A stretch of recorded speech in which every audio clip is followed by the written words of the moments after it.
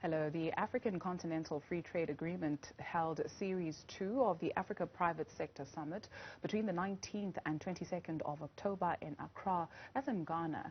The theme was Awakening Africa's Sleeping Giants in the Implementation of Regional Economic Communities and the African Continental Free Trade Agreement and Leveraging Strategic Opportunities for Africa's Turnaround. We're joined for a look into what strategic considerations Africa has to take into account to be able to make this a reality. We're joined by Summit co-founder and steering committee member, Dr. Sam Ndoga. A very good afternoon to you, and thank you so much for joining us. Good afternoon to you, and good afternoon to your listeners. I think with the implementation of the African Continental Free Trade Agreement, for it to work, it hinges on the free movement of people, which is still not a reality on this continent. Before we get into the summit, I would like to know your thoughts around that in terms of where are we in making this a reality to achieve these great feats that we want?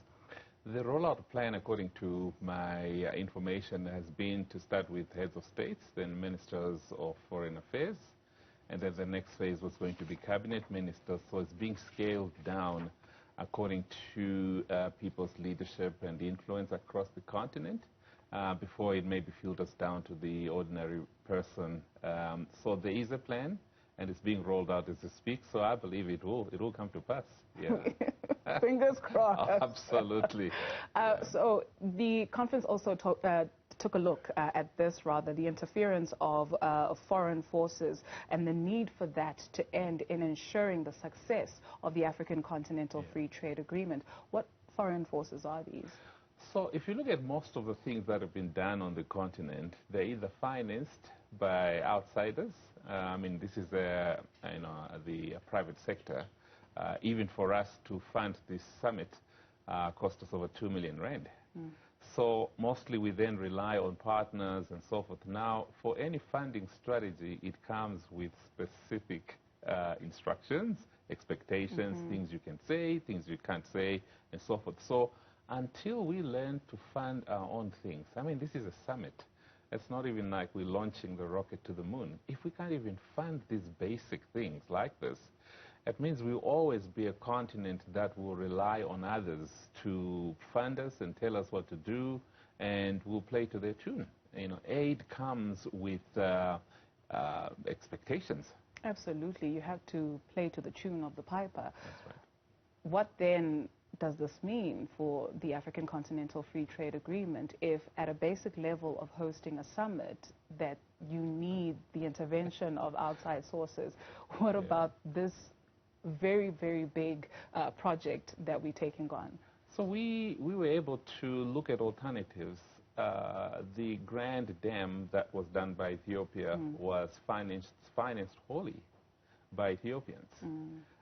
We are beginning to see the sort of traction. I mean, South Africa has, let's say, 60 million people. If you use that as a reference, if each person gave us a 1 rand every day, that's 60 million daily that we can gather. It's reachable. It's within anybody's reach. And people give more than that if asked. But if this money is then diverted to projects that really make a difference in everyone's average life, you'll find that people find these kinds of make these kinds of contributions. Our struggle right now is, again, we're dependent on foreign investments for almost anything we need to do. And these don't really translate to the sort of development and transformation of the average person. It means those that have the funds to do these investments in huge projects are the beneficiaries. But if we turn these tables around where we become owners of our own project and fund them, then we can also dictate the type of transformation we would like to see across the board. Absolutely. Does that not hinge on collaboration, right? So if we take a look at different regional economic communities, the West African community, for instance, you've got, you know, that one passport, if you will, or the visa that allows you to get access to various countries within that bloc. But how do we then talk to each other and not operate in silos as a continent to propel Africa? Yeah. I think part of having these summits is to have those honest conversations. Because why? The private sector is not usually dictated to by anyone. we are free-spirited, and we're coming from across the various sectors of life. We have academicians, we had business people, we had people from NGOs. We were all in the same room. Also, we had young people, by the way. And what that enabled us to do was to have this honest conversation. For example, one of the young men that spoke basically said, "We're not here to ask you for money. We just want to be heard." I mean, that was life-changing for me to hear a young person saying that no, we actually don't need money from you. We just want you to realize we have something to offer. We want to come as equal partners and players. Yeah, that was amazing. It's, a lot of people on the continent are desperate for that, right? For their voices to be heard. And like you rightfully mentioned, perhaps these summits are the beginning for this. Your word to the average African on the ground, how does AFTA impact my life, or why should I even support for its growth? I think it begins with the mind shift. Right now, we are dominated by maybe our own ideas of what we think will work or doesn't work. But when you come into cross-pollination of ideas and realizing there's some people far down the road who are doing this at a small scale, who need to expand across the continent, I think that vision begins to impact all of us to now share in spreading it and realizing actually Africa is a $3 trillion industry that's just waiting to be exploited. We have $82 trillion in resources that have not been translated into anything. They're just waiting for us.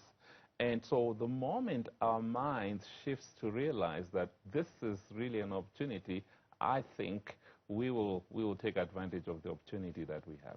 Muammar Gaddafi, Haile Selassie, Kwame Nkrumah, they must be smiling because there's some work being done and there's progress. Thank you very much for your time and coming into studio. Dr. Sam Ndoga is the Africa Private Summit co-founder.